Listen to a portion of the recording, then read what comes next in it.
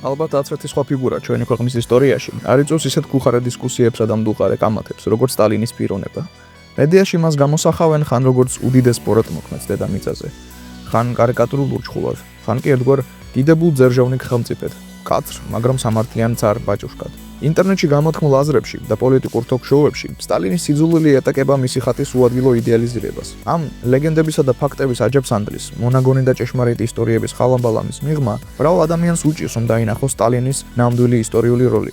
მაგრამ მოჩვენებითი სირთულის მიუხედავად ეს ამოცანა საკმაოდ მარტივია და ამისთვის არაა საჭირო სტალინის ბიოგრაფიის დეტალებში დიდხანს ქექვა ან მისი პიროვნების სიღრმისეული ანალიზით დაკავება. ჩვენ მხოლოდ დაგვჭირდება აღმოფხვრათ ტყუილი, მოვიშოროთ მეორეხარისხოვანი და გავიხსენოთ რეალურად მნიშვნელოვანი. აი მაშინ კი გახდება გასაგები რა ადგილი უკავია სტალინის ისტორიაში და რატომ აშავებენ, ან უადგილოდ აიდეალიზირებენ ყველა შესაძლო გზით მის ქმედებებსა და ნამოღვაწევს. ყველაზე მნიშვნელოვანი კი იქნება ის, რომ ჩვენ შევძლებთ გავცეთ პასუხი კითხვას, რას ნიშნავს სტალინი ჩვენი ქვეყნისთვისა და მსოფლიოსათვის დღეს.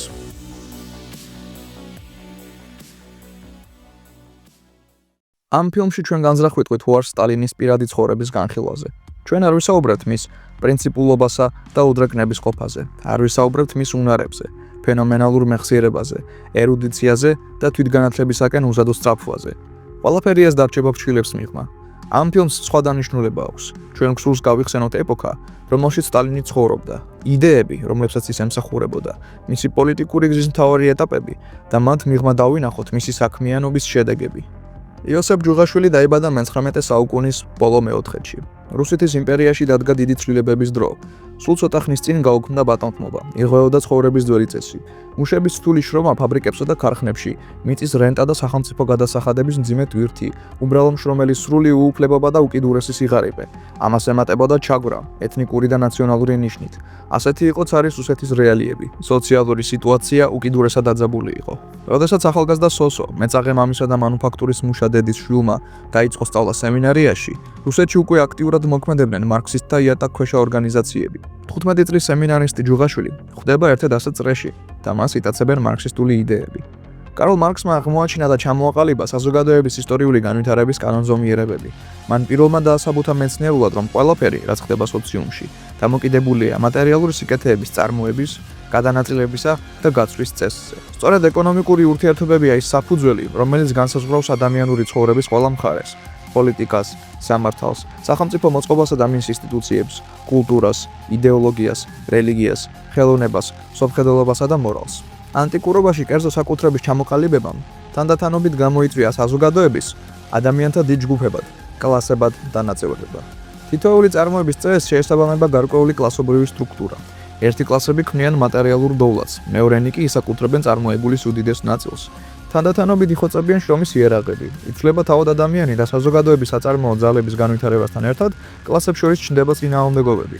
დროთა განმავლობაში დაძაბულობა სულ უფრო და უფრო მეტად გროვდება, სანამ ისინი არ გადაიზრდებიან ღია კონფლიქტში. შედეგად ძველი წარმოების წესი გამოიდევნება ახალი, უფრო ეფექტური წესით. ამავდროულად გაბატონებული კლასები კარგავენ თავიანთ მნიშვნელობას და ტოვებენ ისტორიულ არენას. მათ ადგილს კი ახალი კლასი იკავებს. საზოგადოებრივი ფორმაციების ცვლილება კანონზომიერია. მონათხრობელურ მოწყობამ ამოწურა საკუთარი განვითარების პოტენციალი და ის ჩაანაცვლა უფრო პროგრესულმა ფეოდალიზმმა. ფეოდალიზმი უკვე დაეცა კაპიტალიზმის დარტყმების ქვეშ. არსებულ ისტორიულ ეპოქაში რევოლუციურ კლასად იქცა პროლეტარიატი, დაქირავებადი მშრომელების კლასი. ისტორიული პროცესის მთავარი მამოძრავებელი ძალა დღესდღეობით არის კლასობრივი ბრძოლა მშრომელებს და კაპიტალისტებს შორის. მშრომელების გამარჯვება ამ ბრძოლაში გარდაუვალია და ის განპირობებულია თავად კაპიტალიზმის შიდა წინააღმდეგობებით. გამარჯვებისაკენ კი გზა ძევს სოციალისტური რევოლუციის გავლით. მხოლოდ პოლიტიკური ძალაუფლების საკუთარ ხელში აღებით, კერძო საკუთრების განადგურების მეშვეობით, მშრომელები შეძლებენ რომ აღმოფრვან ექსპლუატაცია, ააგონ ჯერ სოციალისტური, შემდეგ კი უკლასო კომუნისტური საზოგადოებები. მარქსმა მხოლოდ სოციალური მოვლენების მეცნიერული ახსნა კი არ მოგვცა. ჩაგრულმა კლასმა პირველად ისტორიაში მიიღო ჩაგვისგან გათავისუფლების მკაფიო და გასაგები პოლიტიკური რეცეპტი. 1898 წელი. იოსებ ჯუღაშვილი უერთდება რსდმპ-ს თბილისის განყოფილებას. ის დაკავებულია პროპაგანდითა და პარტიული ჟურნალისტიკით, ქმნის ტიპოგრაფიებს, აწყობს დემონსტრაციებს, პიკეტებსა და გაფიცვებს, აყალიბებს საბრძოლო რაზმებსა და პარტიულ კომიტეტებს, მოიპოვებს ფულს და იარაღს პარტიული საჭიროებებისთვის, მონაწილეობს პროვოკატორების ლიკვიდაციაში, ორგანიზებს ექსპროპრიაციებს. ლენინთან გაცნობის დროს 1905 წელს ის უკვე გამოცდილი და გამოწვრთობილი რევოლუციონერია. სტალინის მკაფიო და ჩამოყალიბებული პოლიტიკური შეხედულებები უკვე ნათლად იკვეთება მის ადრეულ ნაშრომებსა და სტატიებში. გავიდა ის დრო, როდესაც ამაყად აცხადებდნენ ერთიანი და განუყოფელი რუსეთი. უკვე ბავშვმაც კი იცის, რომ დღეს ერთიანი და განუყოფელი არც ერთი ნაცია არ არსებობს. სოფლიო დიდი ხანია დაიყო ორ ურთიერთდაპირისპირებულ კლასად, კაპიტალისტებად და მშრომელებად. ახლა აღარავისთვისაა საიდუმლო ის, რომ ამ ორ კლასს შორის ბრძოლა იქცა იმ ღერძად, რომლის ირგვლივაც ტრიალებს ჩვენი თანამედროვე ცხოვრება. შეძლებული ბურჟუაზია ჩვენი შეურიგებელი მტერია. მისი სიმდიდრე ჩვენს სიღარიბეზე საზრდოობს, მისი ბედნიერება ჩვენს უბედურებაზე. პირველი რუსული რევოლუცია და გურიის რესპუბლიკა განიცდიან კრახს. სისტემის რეაქციის ეპოქაში სტალინი ლენინთან ერთად ებრძვიან როგორც ლიკვიდატორ მენშევიკებს, რომელნიც არალეგალურ ბრძოლაზე ამბობდნენ უარს, ასევე აძავისტებს, რომელნიც პირიქით ამბობდნენ, რომ მხოლოდ არალეგალური ბრძოლაა საჭირო და იმდროინდელი პარლამენტიდან დეპუტატების უკან გაწვევა აუცილებელია. ლენინი დიდად აფასებს სტალინის ორგანიზატორულ ნიჭს. მისი შემოთავაზებით 1912 წელს სტალინს ზეპირი კენჭისყრით ირჩევენ პარტიის ცენტრალურ კომიტეტში და რუსეთის ბიუროს ЦК სათავეში აყენებენ. ის ხელმძღვანელობს პრაქტიკულ პარტიულ საქმიანობას რუსეთში, აედაქტირებს გაზეთებს ზვეზდა და პრავდა, მუდმივად წერს მათთვის სტატიებს. მას 8ჯერ დაიჭერენ, 7ჯერ გადაასახლებენ და 6ჯერ გაიქცევა იქიდან. 1917 წლის აპრილი მონარქია დაეცა. ლენინი ბრუნდება ემიგრაციიდან. სტალინი მხარს უჭერს ლენინის კურს შეერაღებულ აჯანყებაზე, კავდება მისი ორგანიზებითა და მომზადებით. რევოლუციას არ შეუძლია ყველასა და ყველაფრის დაკმაყოფილება. ის ყოველთვის ერთი ბოლოთი აკმაყოფილებს მშრომელ მასებს, ხოლო მეორეთი ურტყამს ამ მასების შეფარულ თუ ღია მტრებს. ამიტომაც უნდა ამოვირჩიოთ. ან დავდგეთ მუშებთან და ღარიბ გლეხობასთან ერთად რევოლუციის მხარეს, ან დავდგეთ კაპიტალისტებისა და მემამულეების მხარეს რევოლუციის წინააღმდეგ. ბურჟუაზიული რესპუბლიკა გადაგდებულია. სტალინი შედის პირველი საბჭოთა მთავრობის სახალხო კომისართა საბჭოს შემადგენლობაში. სამოქალაქო ომის წლებში ის ხელმძღვანელობს წითელი არმიის სამხედრო მოქმედებებს ყველაზე რთულ და ცხელ წერტილებში. 1922 წელი. ლენინის შემოთავაზებით სტალინი არჩეულია პარტიის ცენტრალური კომიტეტის გენერალურ მდივნად. ლენინის სიკვდილის შემდეგ საბჭოთა ხელისუფლების ყველა წამოწყების რეალიზება გაგრძელდა. ხორციელდებოდა რუსეთის ელექტრიფიკაციის სახელმწიფო გეგმა, გოელ-რო. თავიდან ყალიბდებოდა და იზრდებოდა სამრეწველო წარმოება. ვითარდებოდა საბჭოთა ქვეყნის მეცნიერება. დაჩქარებული ტემპებით მიმდინარეობდა უციგნურობის ლიკვიდაცია. კავშირში თავისი ვიზიტის დროს ინდოელი მწერალი რაბინდრანათ ტაგორე ასე აღწერდა ახალგაზრდა საბჭოთა ქვეყნის ატმოსფეროს. აღტაცებას იწვევს ის საოცარი ენერგია, რომლითაც კავშირში მისწრაფვიან რომ გაავრცელონ განათლება მთელს ქვეყანაში და საქმე არა მხოლოდ ადამიანთა რიცხვში, არამედ ამ წამოწყების სიღრმესა და მასშტაბშია. თეატრებში უამრავი ხალხია, მათგან უმეტესობა მუშა და გლეხი და არავინ არ ამცირებს მათ, არავინ არ აყენებს შეურაცხყოფას. ორ სამდაწესებულებაში, სადაც აქამდე ვიყავი, მე შევამჩნიე სულიერი განახლება და ადამიანური ღირსების ტრიუმფი. ჩვეულებრივმა ადამიანებმა ჩამოიშორეს ჩაგვრის ტვირთი, შეძლეს წელში გამართვა და თავის აწევა. ახლა ისინი თავისუფალ ადამიანთა სამყაროში დგანან თავაწეოლნი. მათი გონება დამოუკიდებელია, ხოლო მათი ხელები თავისუფალი. ჯერ კიდევ 1920-იან წლებში პარტიამ განსაზღვრა კურსი ინდუსტრიალიზებასა და სრულ კოლექტივიზებაზე. ეს ორი ამასანა ურთიერთდამოკიდებული იყო. ერთის მოგვარება შეუძლებელი იყო მეორეს გარეშე. ახალ მშენებლობებს, ფაბრიკებსა და ქარხნებს სჭირდებოდა მილიონობით მუშახელი. ლეხთან მცირე მეურნეობები, რომელნიც არ იყვნენ აღჭურვილი თანამედროვე ტექნიკით, ვერ გამოგვევავდნენ უზარმაზარ ქვეყანას სულ უფრო ზრდადი ურბანული მოსახლეობით. განვითარებული მრეწველობის გარეშე კი ქვეყანა ვერ უზრუნველყოფდა საკუთარ თავდაცვისა და ბრძოლის უნარიანობას. ვერსალის მშვიდობა პირველი იმპერიალისტური სასაკლაოს შემდეგ იყო მოკლე შესვენება. ახალი ომის დაწყება დროის საკითხი იყო და ბოლშევიკებს ეს თვალნათლივ ესმოდათ. ჩვენ ჯამურჩით მოწინავე ქვეყნებს 50, 100 წლით. ან ჩვენ ამ სხვაობას გავერბენ 10 წელიწადში, ან ჩვენ გაგვანადგურებენ. ეს სიტყვები სტალინმა 1931 წელს წარმოთქვა. ზუსტად 10 წელიწადში 1951 წელს კი ნაცისტური გერმანია საბჭოთა კავშირს თავს დაესხა. ჰიდროელექტროსადგურები, ათასობით ფაბრიკა ქარხნები, ათობით ათასი კოლექტიური და საბჭოთა მეურნეობები, მათი მომსახურე მანქანა ტრაქტორების სადგურები, ეს ყველაფერი გაჩნდა საბჭოთა კავშირში სულ რაღაც 4-5 წლებში.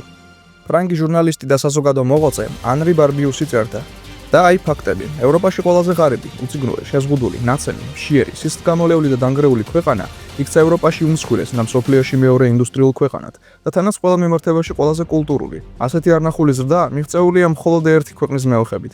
ყველა სხვა ქვეყანა მას ემტერებოდა. თუმცა წინააღმდეგობებს იმ წლებში არა მხოლოდ გარეშე მტრები ქმნიდნენ. მოღალატეები, მედროვეები და მავნებლები ქვეყნის შიგნითაც აქტიურად მოქმედებდნენ. კოლექტივიზაცია ფაქტობრივად სოციალისტური რევოლუციის სოფლად ბოლომდე მიყვანად იქცა. ეს ახლა უყვართ კულაკების ერთმნიშვნელოვან და ეფექტურ და მზრუნავ მეურნეობად გამოყვანა, რომლებიც უსამართლოდ აზარალდნენ საბჭოთა ხელისუფლებისგან. რეალობაში კი 1920-იან და 30-იან წლებში კულაკები აქტიურად ეწინააღმდეგებოდნენ კოლმეურნეობებს, რადგანაც ვერ უწევდნენ მათ კონკურენციას. ისინი ხშირად აწყობდნენ ტერაქტებს, ხანძრებს, კლავდნენ კოლმეურნე აქტივისტებს, მილიციონერებს და წითელარმიელებს, ანადგურებდნენ სხვის და საკუთარ მოძრავ თუ უძრავ ქონებას, რათა ის საბჭოთა ხელისუფლების ხელში არ ჩავარნილიყო. მათ ამოძრავებდათ ცხოველური, მცირე ბურჟუაზიული ლოგიკა თუ ჩემი არ იქნება, არავისი არ იქნება. საბოლოო ჯამში წარსულის ინერციისა და კლასობრივი მტრების მაქინაციების დაძლევა მოხერხდა. რა თქმა უნდა, ამ პროცესში ადგილებზე შეცდომებიც იყო დაშვებული, მაგრამ ამდენად მასშტაბური პროექტის რეალიზება ყოველგვარი შეცდომის გარეშე ძალიან რთულია. ნებისმიერ შემთხვევაში, ინდუსტრიისა და მექანიზებული სოფლის მეურნეობის გარეშე მომავალი საბჭოთა ქვეყანას ნამდვილად არ ჰქონდა. SSR კავშირი იქცა მსოფლიოში პირველ სოციალისტურ ამშენებლობის ქვეყანად. ეს მიღწეული იყო არა მხოლოდ საბჭოთა ხალხის უზარმაზარი ენთუზიაზმის მეოხებით, არამედ მდგრადად იზრდებოდა მშრომელთა სიცოცხლის დონეც. სტალინის საბჭოთა კავშირში, ვინც კარგად შრომობდა საზოგადოებრივი კეთილდღეობისთვის, კარგადვე გამოიმუშავებდა. 1936 წლის კონსტიტუციამ საბოლოოდ დააკანონა ოქტომბრის მიღწევები და სოციალიზმის ძირითადი საფუძვლები. ის არა მხოლოდ დეკლარირებდა ადამიანთა სოციალურ უფლებებს, რომლებზეც მშრომელები ადრევე ერთს კი ოცნებებდნენ. ეს უფლებები გარანტირებული ჰქონდათ საბჭოთა მოქალაქეებს საქმეზე, არა მემამულე, არა ფაბრიკანტი, ან მეფე იყვნენ ქვეყნის ბატონები, არამედ ექიმი, ინჟინერი და მასწავლებლები. და როდესაც მტერი მოვიდა საბჭოთა მიწაზე, ის წააწყდა აქამდე არ ნახულ წინააღმდეგობას, მისი მესაკუთრეების, შრომელი ხალხის მხრიდან. ასეთი სიმამაცე, გმირობა, სიმტკიცე, თავგანწირვა და მიზანდასახულობა ფრონტსა და ზურგში აქამდე არ სცოდნია კაცობრიობის ისტორიას. გაიმარჯვა საბჭოთა არმიამ, გაიმარჯვა საბჭოთა იერარქმა, გაიმარჯვა საბჭოთა ტექნიკამ, გაიმარჯვა საბჭოთა მრეწველობამ, გაიმარჯვა საბჭოთა სოფლის მეურნეობამ, გაიმარჯვა საბჭოთა მეცნიერებამ და განათლების სისტემამ, გაიმარჯვა თავისუფალი საბჭოთა ადამიანის სულმა, შრომელისა და მეომრის, გაიმარჯვა კომუნისტურმა პარტიამ, გაიმარჯვა საბჭოთა დიპლომატიამ და საბჭოთა ხელისუფლებამ, გაიმარჯვა საბჭოთა სამხედრო მთავარსარდლობამ, გაიმარჯვა და დაამტკიცა თავისი სრული უპირატესობა სოციალისტურმა სისტემამ. ის ომი არა ერების, არამედ კლასების ომი იყო. ომი სოციალიზმსა და კაპიტალიზმს შორის. სოფლიოს კაპიტალისტური გიგანტები ინგლისი, საფრანგეთი და აშშ დიდი ხანი ამზადებდნენ თავდასხმას საბჭოთა კავშირზე. ამერიკული მონოპოლიები, ინდუსტრიული მაგნატები და ბანკირები უხვად აფინანსებდნენ გერმანიის მძიმე და სამხედრო მრეწველობას, რითაც ფაქტობრივად მის შეიარაღებას უწყობდნენ ხელს. ინგლისმა და საფრანგეთმა უზრუნველყეს გერმანიის აგრესიული საგარეო და საშინაო პოლიტიკის დიპლომატიური შეფარვა ევროპაში. გერმანული ნაციზმის ხელებით დასავლეთელ იმპერიალისტებს სურდათ საბჭოთა ხალხების განადგურება, გაძარცვა და დამონება. დღეს კი საბჭოთა კავშირი გამოხავთ მეორე მსოფლიო ომის დამწყებად, მაგრამ რა უყოთ ნამდვილ ისტორიას? ვერ დავმალავთ ავსტრიის ანშლუსს, მიუნხენის შეთანხმებასა და ეგრეთ წოდებულ უცნაურ ომს, როდესაც ინგლისმა და საფრანგეთმა თავისი ვასლები, ჩეხოსლოვაკია და პოლონეთი, ბედის ამარა დატოვეს. პირდაპირ მხარდაჭერა და ასევე ცუდად დადგმული ხელის საფარების და მიმტევებლობის პოლიტიკა უბიძგებდნენ ნაცისტ მხედს აღმოსავლეთით, მაგრამ მტერი შეცდა გაანგარიშებებში. ყველაფერი ვერ წავიდა მისი გეგმების მიხედვით. ბრიტანელ და ამერიკელ იმპერიალისტებს საბჭოთა კავშირთან დროებით კავშირზე წასვლაც კი მოუწიათ. სოციალიზმი კაპიტალიზმზე სამი თავით მაღალი და ძლიერი აღმოჩნდა. ომის შედეგი იყო არა მხოლოდ სრული და უპირობო გამარჯვება ნაცისტურ გერმანიასა და მის სატელიტებზე, არა მხოლოდ იმპერიალისტური იაპონიის დამარცხება, არამედ მსოფლიოს რუკაზე სოციალისტური ქვეყნების ბლოკის ჩამოყალიბება. ომის შემდეგ სტალინის SSR-კამ მოახდინა კიდევ ერთი ეკონომიკური საოცრება. ნაცისტთა ურდოების მიერ განადგურებული სახალხო მეურნეობა ერთ 5 წლებში აღდგა. ქვეყანა, რომელმაც ომში 10 მილიონი მოქალაქე დაკარგა, ყოველგვარი მარშალის გეგმისა და საგარეო ვალების გარეშე აღდგა ნანგრევებიდან. გუშინდელმა მოკავშირეებმა ანტიჰიტლერული კოალიციიდან მალევე გამოაცხადეს საბჭოთა კავშირი თავის მთავარ მტრად. მათ დაიწყეს ახალი აგრესიული გეგმების აგება, მაგრამ საბჭოთა მეცნიერებამ, მრეწველობამ და დაზვერვამ აქაც აჩვენეს თავისი უპირატესობა. საბჭოთა კავშირი ხდება ბირთვულზე სახელმწიფოდ. მას აქვს უძლიერესი სახმელეთო არმია, ძლიერი სამხედრო საზღვაო ფლოტი, მსოფლიოში მეორე და ბევრი მაჩვენებლის მიხედვით პირველი ეკონომიკა. ყველა ამ ფაქტორმა ერთად აქცია საბჭოთა კავშირი ახალი ცივილიზაციის ბირთვად. კომუნისტური იდეების პოპულარობა იმატებს მთელ სამყაროში. პლანეტის მთავარ იმპერიალისტურ სახელმწიფოშიც კი კაპიტალისტები იძულებულნი არიან, რომ ებრძოლონ მათ. სტალინის სიკვდილიდან სულ 4 წელიწადში კოსმოსში გაუშვებენ პირველ ხელოვნურ სატელიტს, ხოლო 8 წელიწადში პირველ საბჭოთა ადამიანს. დიდი იყო თუ არა სტალინის წვლილი საბჭოთა ქვეყნის მიღწევებში? რა თქმა უნდა, ეჭვს გარეშე. ეს მხოლოდ ანტისტალინისტების ფანტაზიებშია შესაძლებელი, რომ ქვეყანამ წინამძღოლის უბნიათობის მიუხედავად და მასთან წინააღმდეგობაში მიაღწიოს წარმატებას. მაგრამ იყო ყველაფერი, რასაც მიაღწია საბჭოთა კავშირმა მხოლოდ სტალინის, მხოლოდ მისი გადაწყვეტილებების დამსახურება? რა თქმა უნდა არა.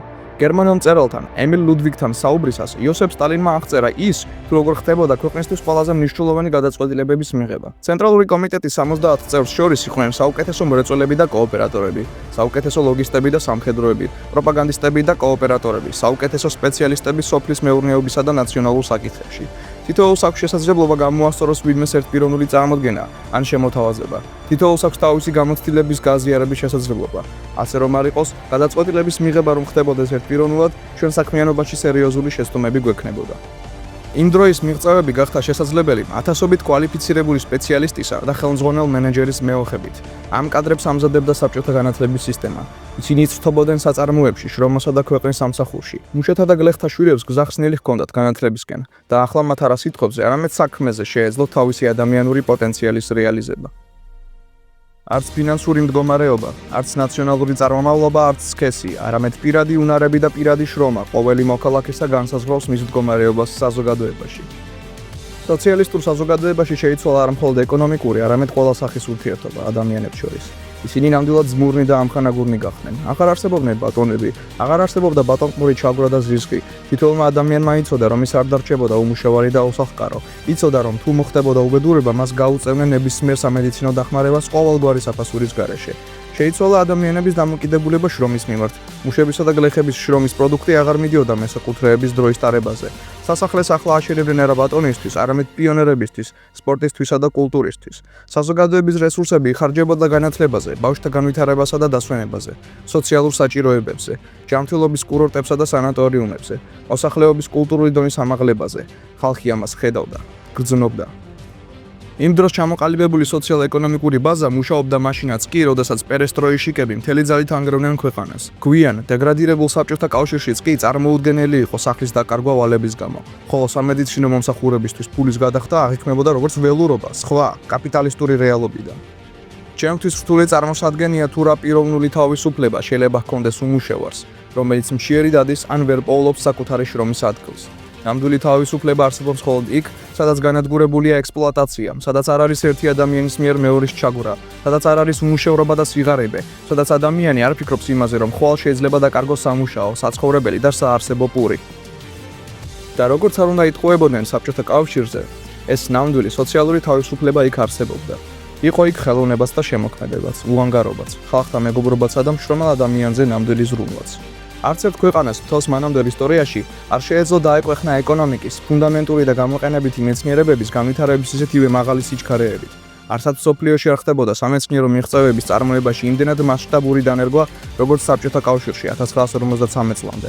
ყველაფერი, რასაც ნოსტალგიით იხსენებენ, როდესაც საბჭოთა კავშირის შესახებ საუბრობენ, არც ღვთის კურთხევა იყო და არც ვინმეს ერთ პიროვნული მიღწევა. საბჭოთა ხელისუფლების წარმატებები და მიღწევები იყო სამეცნიერო სოციალიზმის იდეის პრაქტიკული რეალიზება. სტალინი კი არა მხოლოდ სახელმწიფო მოღვაწე, არამედ მარქსიზმის მნიშვნელოვანი თეორეტიკოსიც იყო. მისი უკვე პირველივე ადრეული ნაშრომები წარმოადგენდა მნიშვნელოვან წვლილს მარქსიზმ-ლენინიზმის მეცნიერების განვითარებაში. მოგვიანებით მან აღმოაჩინა და ჩამოაყალიბა თანამედროვე კაპიტალიზმის, ანუ იმპერიალიზმის ძირითადი ეკონომიკური კანონი. შემდგომ კი სოციალიზმის ძირითადი ეკონომიკური კანონი.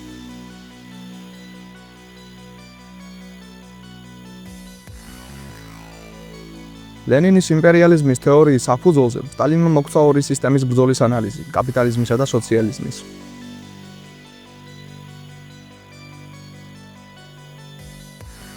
მისი მონაწილეობით 1928 წელს დაიწერა ბოლშევიკური პარტიის ისტორიის მოკლე კურსი, რომელიც იყო ენციკლოპედია მარქსიზმ-ლენინიზმის საბაზისო ცოდნისა, ისევე როგორც საბჭოთა კავშირისა და ბოლშევიკური პარტიის ისტორიების შესახებ.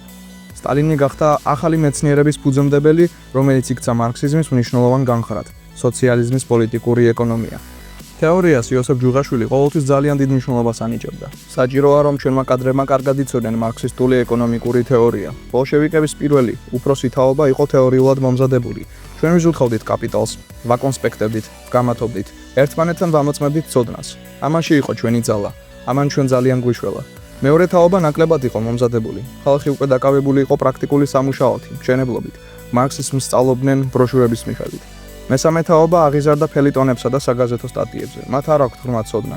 მათ უნდა მიუცეთ საკვები, რომელიც მარტივად მონელებადია. მათი უმეტესობა აღიზარდა არა მარქსისა და ლენინის ნაშრომებზე, არამედ ციტატებზე და თუ ასე შემდგომშიც გაგრძელდება, ხალხი დეგრადირდება. ამერიკაში ფიქრობენ, ყველაფერს დოლარი წყვეტს, რაც გვინდა თეორია ან მეცნიერება. ჩვენთანაც შეიძლება ასე იფიქრონ, რაც გვინდა კაპიტალი, როცა სოციალიზმს ვაშენებთ. ეს იმუქრება ტრაგედიით. ეს სიკვდილია. იმისათვის რომ მასე არ გაგრძელდეს, უნდა გავზარდოთ ეკონომიკური განათლების დონე. გადასვლა კაპიტალიზმიდან კომუნიზმისკენ, წერდა ლენინი, არის მთელი ისტორიული ეპოქა. სანამ ეს ეპოქა არ დასრულდა, ექსპლუატატორებსა და მათ მომხრეებს რჩებათ იმედი რესტავრაციაზე. ეს იმედი კი იქცევა რესტავრაციის მცდელობებად. დამხობილი ექსპლუატატორები, რომელნიც არ ელოდნენ თავიანთ დამარცხებას, არ სჯეროდათ ამის. აზრადაც კი არ დაუშვებდნენ ამას. გაათმაგებული ენერგიით, გიჟურივნებით, გაასკეცებული ზიზღით მიისწრაფვიან ბრძოლაში, რათა დაიბრუნონ დაკარგული სამოთხე. სწორედ ეს მოუვიდა ჩვენს ქვეყანას. სტალინის სიკვდილის შემდეგ ხელისუფლება კონტრრევოლუციურ ძალებს დარჩა ხელთ. საბჭოთა კავშირის განადგურება სწრაფად არ გამოვიდა. ზედმეტად დიდი სიჩქარე აიღო ამ უზარმაზარმა ლოკომოტივმა. საჭირო გახდა მუდმივი რევიზიის 10 წლედები, ეკონომიკური სისტემის მორღვევა და მავნებლობა მეცნიერებასა და კულტურაში, ამას დეზორიენტირება გაუკეთა საბჭოთა ხალხს და მოამზადა ის კაპიტალიზმის რესტავრაციისთვის. როგორც ვიცით, ისტორია არ იტანს კავშირებით კილოს და ჩვენ არ ვიმსჯელებთ იმაზე, შეეძლო თუ არა სტალინის ყველაფრის გათვალისწინება და კატასტროფის თავიდან აცილება, მაგრამ დღეს ბევრი ძალიან მარტივად მსჯელობს მომხდარის შესახებ.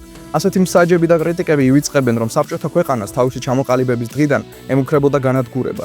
ეს სახელმწიფო იქმნებოდა არა სათბურულ პირობებში, არამედ გავერანებულ ტერიტორიაზე, მტრულ გარემოცვაში. ბოლშევიკებს მემკვიდრეობით გადაეცათ არა მხოლოდ ორი ომის შედეგად გაცალმტოებული ქვეყანა, არამედ ჩამორჩენილობა დაგროვებული ჯერ კიდევ ცარისტული დროიდან. ყველაზე მნიშვნელოვანი კი ისაა, რომ სოციალიზმი შენდებოდა პირველად მსოფლიო ისტორიაში. ასეთი გამოცდილება კაცობრიობის ცივილიზაციას საერთოდ არ ჰქონდა. საბჭოთა კავშირი ჯერ კიდევ რჩება პროლეტარიატის უდიდედ მიღწევად თავის მრავალსაუკუნოვან კლასობრივ ბრძოლაში. სწორედ ამიტომაც ასხამენ ბურჟუაზიული პროპაგანდისტები ლაფს საბჭოთა კავშირს. არა წარუმატებლობების გამო, ზუსტადაც რომ პირიქით, იმიტომ რომ ზედმეტად ბევრი რამე გამოვიდა მაშინ. ეს იყო ერთდროულად უდიდესი მიღწევა და მტკივნეული ისტორიული გაკვეთილი მსოფლიოს ყველა ცნობიერი მშრომელისთვის. ნებისმიერი სოციალური და პოლიტიკური მიღწევები შეიძლება მარტივად დაიკარგოს თუ სუსტდება კლასობრივი სიფხიზლე და ვერც ერთი, თუნდაც ყველაზე გამორჩეული პოლიტიკოსი და სახელმწიფო მოხელე მარტო ვერ მიიყვანს მშრომელ კლასს კეთილდღეობამდე. ეს მთელი მშრომელთა კლასის საქმეა, თითოეული ცნობიერი პროლეტარის საქმე.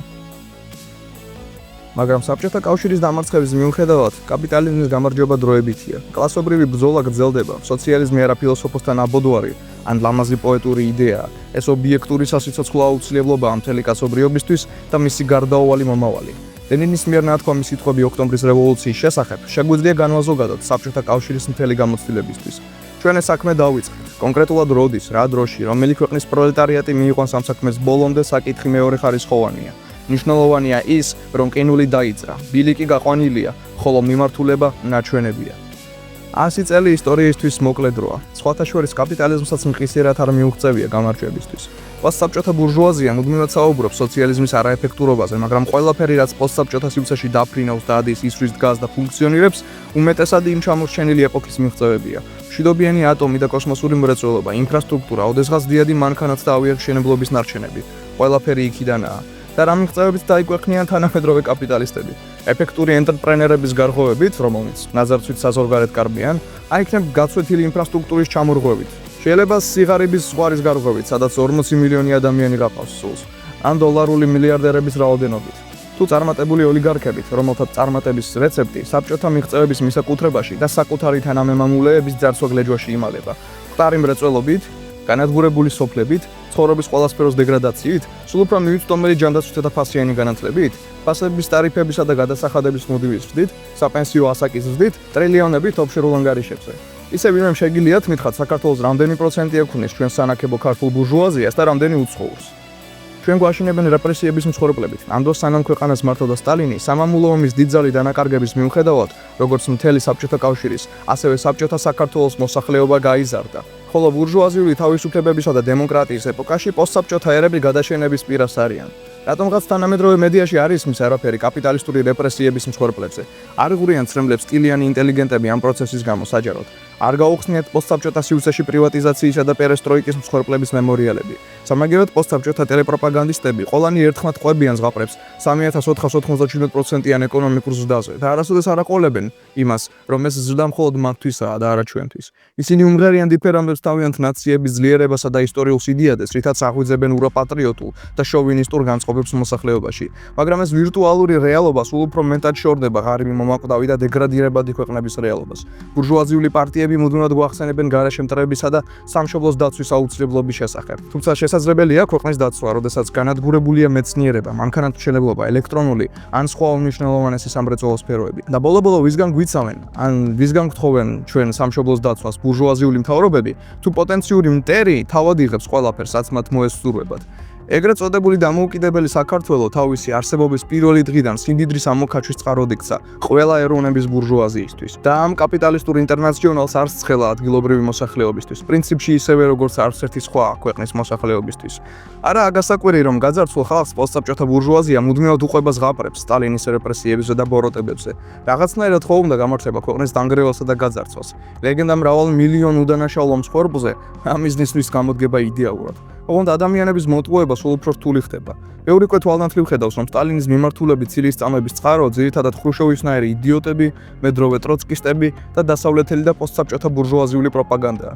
დღევანდელი რეალობის მძიმე სურათის დანახვისას ადამიანები სულ უფრო ხშირად იხედებიან საბჭოთა ისტორიაში, რათა იქ იპოვონ პასუხები კითხვებზე, რომლებიც აწმყოში გვაწუხებენ. კაპიტალისტები კი ფხიზლობენ. დეზინფორმაციისა და მონტყუების მანქანა აკეთებს ყველაფერს, რომ არავინ არ შეძლოს მშვიდად და ჯანსაღად შეფასება საკუთარი ქვეყნის ისტორიული გამოცდილებისა.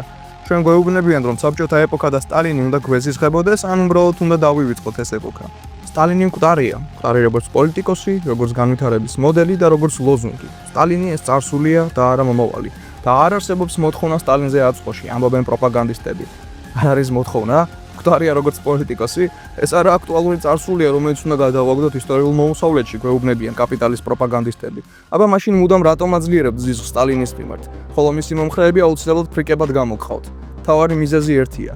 1858 წელს კომუნისტური პარტიის მანიფესტის დაწერის მომენტიდან სულ რაღაც ერთ საუკუნეში გაყვანილ იქნა გზა პირველი სოციალისტური ზესახელმწიფოსაკენ. შრომელების სტიქიურმა არათანმიმდევრულმა ბრძოლამ თავისი უფლებებისთვის მიიღო ნათელი მიზანი. იქცა ორგანიზებულად, გამოიწვია სოციალისტური რევოლუციის გამარჯვება და პლანეტაზე პირველი პროლეტარული სახელმწიფოს ჩამოყალიბება. თავისი ქმედით უნარიანობა ამ სახელმწიფომ დაამტკიცა უმძიმეს ომში ნაცისტურ გერმანიასთან, რომლის უკანაც იდგნენ კაპიტალისტური ევროპის ადამიანური და მატერიალური რესურსები. საბჭოთა კავშირი იქცა ორიენტირად და იმედის სიმბოლოდ მთელი მსოფლიოს მშრომელებისთვის. ის რომ მარქსიზმი მუშაობს, დამტკიცდა პრაქტიკაზე. ვაქცინა გამოყვანილ იქნა კაცობრიობის მიერ. კაპიტალისტებისთვის ის მომაკვდინებელია და ისტორიის ეს უნიშნავანესი გვერდები განუყოფლად არიან დაკავშირებულნი სტალინის სახელთან. საბჭოების ქვეყნის ყველაზე დიდი მიღწევები მოვიდნენ პერიოდზე, როდესაც ქვეყანას ხელმძღვანელობდა იოსებ ბესარიონის ძე. ამიტომაც ბურჟუაზიული პროპაგანდის მთელი ძალა მიმართულია პირველ რიგში სტალინის გაშავებაზე და მისი მიღწევების დისკრედიტაციაზე. საზღვარგარეთ ეს კამპანია დაიწყო ჯერ კიდევ მის ცხოვრებაში. ჩვენს ქვეყანაში ის გაჩაღდა ხრუშოვის მმართველობის წლებში, გაძლიერდა პერესტროიკის დროს და არანაკლებად ძლიერია დღეს. ყველაზე კაცთმოყვარე ლიბერალის პირიდან წამოსული ანტისტალინური მითებიც კი, როგორც წესი, ერთ-ერთში იმეორებენ ნაცისტების პლაკატების ტექსტებს. ასევე თავის ტყუილში ანტისტალინისტებს არ ცხონიათ არანაირი აბსურდის. ეგრეთ წოდებულ რეპრესიების მსხვერპლებს მიაკუთვნებენ ბანალურ მოღალატეებს, მედროვეებს, ცილის მწამებლებს, სახელმწიფო მოღალატეებს და კრიმინალებს. სახელდება ფანტასტიკური ციფრები, როდესაც საქმე ეხება პატიმართა და რეპრესირებულთა რაოდენობას. გაიმარჯვეს, მაგრამ ისე არა, როგორც საჭირო იყო. მიღწევები იყო, მაგრამ რა ფასად? ბურჟუაზიული ტყუილების გარჩევა სტალინის შესახებ შეიძლება უსასრულოდ, მაგრამ არის კი ამაში აზრი, როდესაც გვესმის მიზეზი, რის გამოც ის სამრეწველო მასშტაბებში ტირაჟირდება. გაბატონებულ კლასს ეშინია სოციალიზმის აშენების ახალი ორგანიზებული მცდელობისა, ხალატისა და კონტრრევოლუციის შედეგად საბჭოთა კავშირის დაშლიდან 10 წლების შემდეგაც კი. მათ ეშინიათ, რადგან სწორედ იმ პრაქტიკული გამოცდილებით პროლეტარიატმა დაამტკიცა, რომ მას გააჩნია ისეთი საზოგადოების აგების უნარი, სადაც აღმოიფხვრება ადამიანის მიერ ადამიანის ჩაგვრა და სადაც ბატონებისთვის ადგილი არ არსებობს. ისტორიაში პირველად ჩაგრულმა კლასმა ხელყო კერძო საკუთრების წმინდა ძროხა. წარუდგინა ანგარიში ყველა ტიპის მჩაგვრელებსა და პარაზიტებს. ხუმრობა ხომ არ გონიათ საწარმოო საშუალებებსა და სხვა სიმდიდრეებს აექსპროპრიირებს არა სხვა კაპიტალისტი, არამედ კლასი, რომელიც თავჩახრილი უნდა პახაობდეს კოლექტიურ ბურჟუაზე. აი რატომ ღრიალებენ ისინი რეპრესიებზე. სად გაგონილა რომ შრომელებმა აიღონ ძალაუფლება თავიანთ ხელში და თავად განკარგონ საკუთარი ცხოვრება. ნებისმიერ სხვა საბჭოთა ხელმძღვანელს მსგავსი რეზულტატების შემთხვევაში კაპიტალისტები ზუსტად ასევე შეასხამნენ მლავს. საქმე აქ არა კონკრეტულ ინდივიდშია და თავად ჩვენი დღევანდელი გაბატონებული კლასი თავისი ინფორმაციული პოლიტიკით ამას ამტკიცებს. წითელი სტალინის გაშავების ხაზის თანადროულად ბოლო წლებში გაჩნდა სხვა მისი გათეთრების ხაზიც. მის პოლიტიკურ ფიგურას სტერილიზებას უკეთებენ, ათავისუფლებენ კომუნისტური იდეოლოგიისგან. შემდეგ კი იყენებენ ისევ იმპოტენტური ბურჟუაზიული პატრიოტიზმის ინტერესებში. სტალინს ხატავენ ეფექტურ მენეჯერად, რომელიც ბიზანტიელი, ქართველი და რუსი მონარქების კოლდაკოლ აგრძელებდა დიდი ქრისტიანული იმპერიის შენებას. ჩვენი პოსტსაბჭოთა კაპიტალისტები იკერძოებენ არა მხოლოდ საბჭოთა საწარმოებს, არამედ იმ ეპოქის მიღწევებს. განსაკუთრებით ნათლად ეს დიდი სამამულო ომის ისტორიიდან ისახება. მის საბაზრო რებრენდინგსაც კი აკეთებენ და თანდათანობით ანაცვლებენ საბჭოთა სიმბოლოებს ახალი, უფრო სწორად კი კარგად დავიწყებული ძველი სიმბოლიკით. აქტიურად იჩქმალება იმ მოვლენების მთავარი შინაარსი და კლასობრივი ქვეტექსტი. თანამედროვე პროპაგანდა ცდილობს რომ დაგვარწმუნოს, რომ საკუთარი სოციალისტური სამშობლოს დაცვა და კაპიტალის საზარბაზენ ხორცად ყოფნა ომებში, რომლებიც ბურჟუებმა საკუთარი თავის გამდასამდიდრებლად წამოიწყეს, ერთი და იგივეა. სტალინის როგორც რაღაცა აბსტრაქტული, კლასებს მიღმა არსებული სამშობლოს ხატი ახლანდელი ბატონებისთვის უსაფრთხო და სასარგებლოა. შეგვიძლია ასევე გავიხსენოთ მისი მყარი ხელი, რითაც ამართლებენ ზეწოლას პოლიტიკურ ოპონენტებზე, თითქოს და ეროვნული უსაფრთხოებისთვის.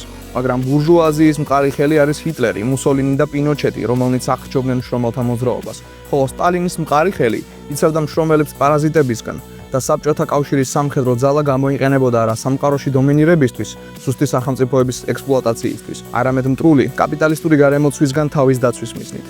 საუკეთესოდ ამის შესახებ თავად სტალინმა თქვა: მიზანი, რომელსაც მე ვუთმობ ჩემს ცხოვრებას, მდგომარეობს სხვა კლასის ამაღლებაში, კერძოდ კი მშრომელი კლასის. ხოლო ეს მიზანი არა რომელიმე ნაციონალური სახელმწიფოს გაძლიერებაა, არამედ სოციალისტური და მაშასადამე ინტერნაციონალური სახელმწიფოს გაძლიერებაა. ამავდროულად ამ სახელმწიფოს ნებისმიერი გაძლიერება ხელს უწყობს ასევე მშრომელთა გაძლიერებას მთელს მსოფლიოში. ჩემ საქმიანობაში რომ ყოველი ნაბიჯი მშრომელთა კლასის მდგომარეობის გაუმჯობესებასა და გამყარებაზე არ იყოს მიმართული, მაშინ მე ჩემს ცხოვრებას ჩავთვლიდი უშინაარსოდ. ბურჟუაზიული სამართლისა და მორალის მიხედვით, ლენინი, სტალინი და სხვა ბოლშევიკები მუდამ იქნებიან ყველაზე დიდი დამნაშავეები. ისევე როგორც რომაელებისთვის სპარტაკი, რომელმაც მონობის ფუნდამენტი შეარყია, იყო საფრთხე ნომერი 1. როგორც იყო დამნაშავე სტეპან რაზინი ფეოდალური კანონების მიხედვით. კანონები იწერებიან გაბატონებული კლასის მიერ, მაგრამ სიმართლე მდგომარეობს იმაში, რომ კორუმპირებული და არაადამიანურია თავად კაპიტალისტური სისტემა. როდესაც ერთი კლასი ფლობს პრაქტიკულად ყველა საარსებო საშუალებას, მეორე კი არაფერს გარდა თავისი შრომის უნარისა, ურთიერთობა მათ შორის არის ურთიერთობა მჩაგვრელსა და ჩაგრულს შორის. კაპიტალიზმი წირავს ასობით მილიონ ადამიანს კაპიკებად მუშაობისთვის, სიღარიბისთვის, უნუშევრობისთვის, შიმშილისთვისა და მოსიარულე ფულის ტომრების მიერ წამოწყებულ ომებში სიკვდილისთვის. და ის თავად ქმნის პირობებს, რომლებშიც ჩაგრულნი იძულებულნი ხდებიან იბრძოლონ თავიანთი უფლებებისთვის. შეიძლება სტალინისა და ლენინის რამდენიც გენებოთ იმდენი დემონიზება, მაგრამ რევოლუციისთვის არავის არ გაუკეთებია იმდენი, რამდენიც თავად მეფეებმა, მემამულეებმა და კაპიტალისტებმა გააკეთეს. ზუსტად იგივეთია დაკავებული თანამედროვე ბურჟუაზია. ისინი მთელს მსოფლიოში მშრომელთა ცხოვრებას აქცევენ ჯოჯოხეთად. ისტორიას ქმნიან პირველ რიგში კლასები და არა პიროვნებები, თუნდაც ყველაზე გამორჩეულები. სტალინი, რომელსაც ჩვენ ვიცნობთ, არ გაჩენილა სიცარიელიდან. ის ჩამოყალიბდა რევოლუციურ მოძრაობაში, ბოლშევიკების პარტიაში, რომელიც იბრძოდა მუშათა კლასისა და ყველა პატიოსანი მშრომელის ინტერესებისთვის. ბურჟუაზიულ პროპაგანდისტებს შეუძლიათ სტალინის გამოსახვა მითიურ ბოროტებად, ან მარტოხელა გმირად. გააძლიერონ ზიზღი მის მიმართ, ან გააჩინონ პასიური რწმენას ღაპრულ მესიაში, მაგრამ ამ დეკორაციების მიუხედავად ხალხი მაინც აღმოაჩენს ნამდვილ სტალინს. სტალინს რევოლუციონერს, სტალინს მარქსიზმის თეორეტიკოს და კაცობრიობის ისტორიაში პირველი სოციალისტური სახელმწიფოს ხელმძღვანელს. ადამიანი, რომელიც ახალგაზრდობიდან თავისი ცხოვრების ბოლო მომენტამდე იყო ერთგული კომუნისტური იდეისა. მისი სახელი დღემდე იწვევს ზიზღს კაპიტალიზმის მომხრეებში, იმიტომ რომ მათთვის არაფერია იმაზე საშინელი და საშიში, ვიდრე მშრომელების ფოლადის ნება, რომელნიც აცნობიერებენ თავიანთ კლასობრივ ინტერესებს და შეერაღებულნი არიან კლასობრივი ბრძოლის თეორიით.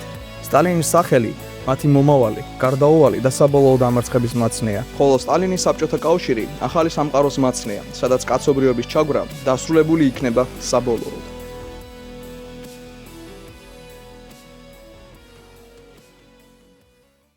Раньше буржуазия считалась главой нации.